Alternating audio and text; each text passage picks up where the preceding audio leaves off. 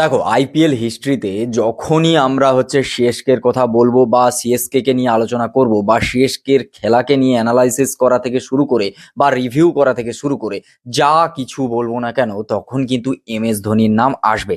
না না, দেখো, একটা কথা তো এতদিনে ভালোভাবে সবাই বুঝে গেছে যে এমএস ধোনি 2026-এর আইপিএল শুরু হওয়ার আগেই রিটায়ারমেন্ট নিয়ে নিয়েছে, শুধু অ্যানাউন্সমেন্টটা করেনি, এটাই যা।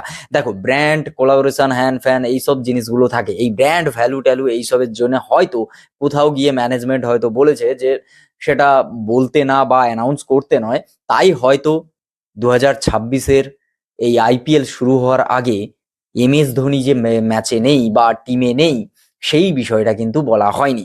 এই আইপিএল শেষ হওয়ার পরেই হয়তো তা অফিসিয়ালি আপডেট চলে আসবে, এটা আমার পার্সোনালি মনে হলো।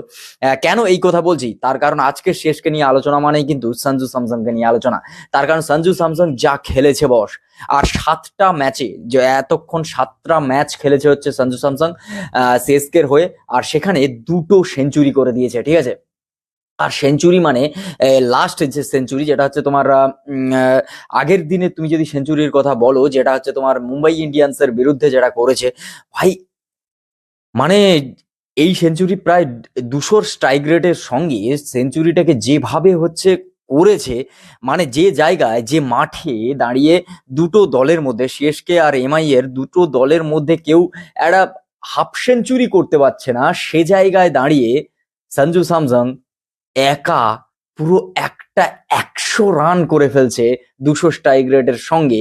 আর যেখানে একটা দল বিপক্ষকে সে একেবারে, মানে ক্লিন বোল্ড তো দূরের কথা, মানে একেবারে এমন হারিয়েছে, যেখানে তোমার আইপিএল এর পয়েন্ট টেবিলে 5 নম্বরে চলে এসছে সিএসকে, আর 103 রানে হারিয়ে দিয়েছে এমআই কে।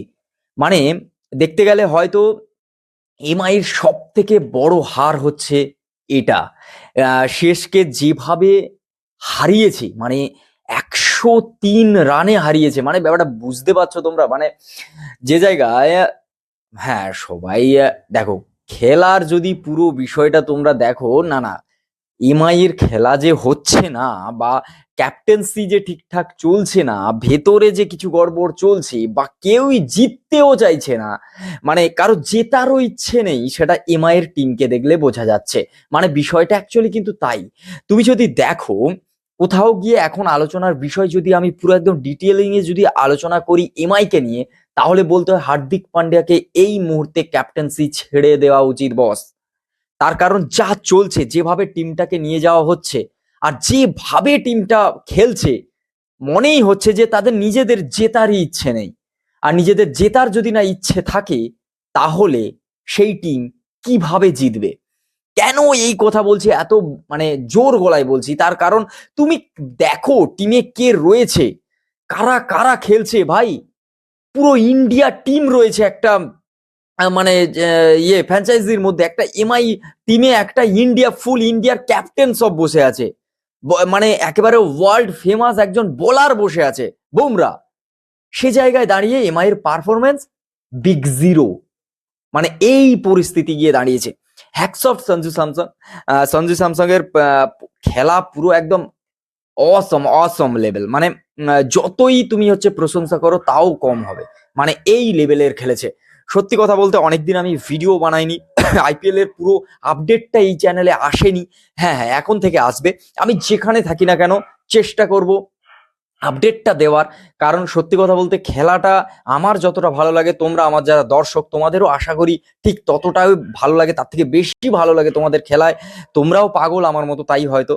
আর সত্যি কথা বলতে মুম্বাই ইন্ডিয়ান্সে রোহিত শর্মা বলো, বা হার্দিক পান্ডিয়া বলো, বা সূর্য কুমার যাদব বলো, বুমরা বলো, মানে এদেরকে, মানে দেখো, আমি কার ফ্যান সেটা বড় কথা না, কিন্তু এই সব মানুষগুলোর খেলা দেখার জন্য আমিও টিভির সামনে বসে থাকি বস, ঠিক আছে।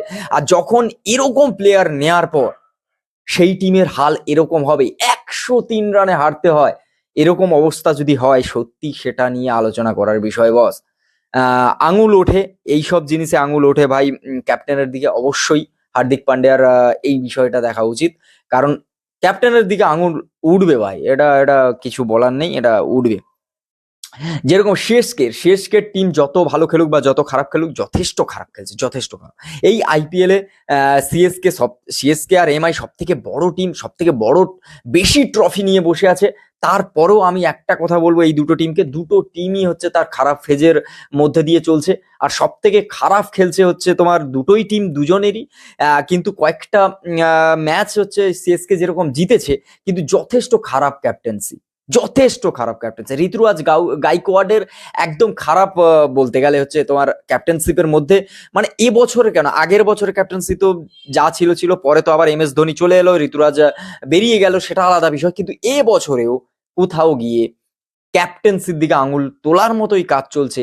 দুটো বড় বড় ফ্র্যাঞ্চাইজি, দুটো বড় বড় টিম, সে জায়গায় পুরো মানে আইপিএল এর প্রত্যেকটা দর্শক এই দুটো টিমের দিকে তাকিয়ে থাকে, যারা পাঁচ পাঁচটা আইপিএল ট্রফি নিয়ে বসে আছে, আর তাদের খেলা এরকম।